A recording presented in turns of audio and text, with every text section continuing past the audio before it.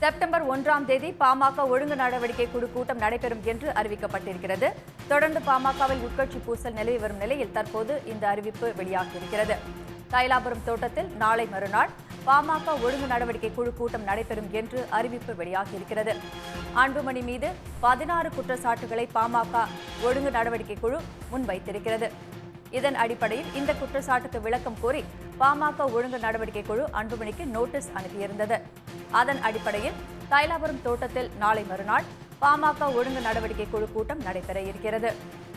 அன்புமணி மீது 16 குற்றச்சாட்டுகளை பாமக ஒழுங்கு நடவடிக்கை குழு முன்வைத்திருக்கிறது. இதன் அடிப்படையில் செப்டம்பர் 1ஆம் தேதி பாமக ஒழுங்கு நடவடிக்கை குழு கூட்டம் கூடி இதற்கான நடவடிக்கைகளை மேற்கொள்ளும். குற்றச்சாட்டுகள் மீது அன்புமணி பதிலளிக்க நாளையுடன் கெடு முடியும் நிலையில் பாமக ஒழுங்கு நடவடிக்கை குழு கூடுகிறது. இது குறித்து கூடுதல் விவரங்களுடன் இணைகிறார் எமது செய்தியாளர் சிவச்சந்திரன். சிவச்சந்திரன், நீங்க முழு விவரங்களையும் பதிவு செய்யலாம். பாட்டாளி மக்கள் கட்சிக்குள் பாமக நிறுவனர் மருத்துவர் ராமதாசுக்கும் அன்புமணி ராமதாசுக்கும் இடையே மோதல் போக்கு தொடர்ந்து நீடித்து வரும் நிலையில் இருவரும் இரு அணிகளாக அந்த கட்சி செயல்பட்டு வருகிறது. இந்நிலையில் தான் ஏற்கனவே பொதுக்குழுவில் பாமக பொதுக்குழுவில் அவர் மீது வைக்கப்பட்ட 16 குற்றச்சாட்டுகள் அடிப்படையில அவருக்கு அதாவது அன்புமணி ராமதாஸ் விளக்கம் அளித்து நோட்டீஸ் பாமக நிறுவனர் ராமதாஸ் தரப்புல நோட்டீஸ் அனுப்பப்பட்டன. அந்த நோட்டீஸுக்கு அதாவது நாளை வரை 31ஆம் தேதி வரை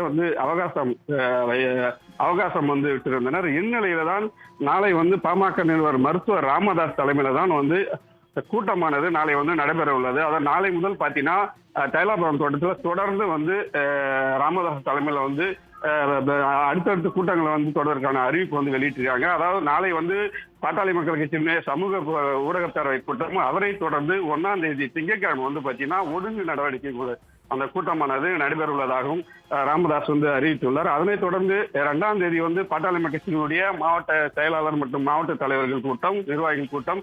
அதனைத் தொடர்ந்து 3ஆம் தேதி மாநில நிர்வாக குழு கூட்டம். இந்த நிர்வாக குழு பாத்தீங்கன்னா ஏற்கனவே 20 பேர் இந்த நிர்வாக குழு அறிவித்தனர். இதுல 21 ஆளாக ராமதாஸினுடைய மூத்த மகள் காந்தியும் சேர்க்கப்பட்டிருப்பது குறிப்பிடத்தக்கது.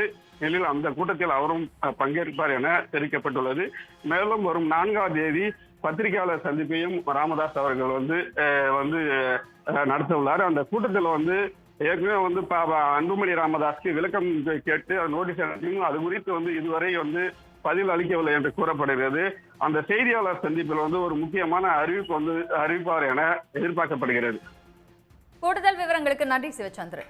உடனுக்குடன் செய்திகளை தெரிந்து கொள்ள சன் நியூஸ் பெல் ஐகானை கிளிக் பண்ணுங்க.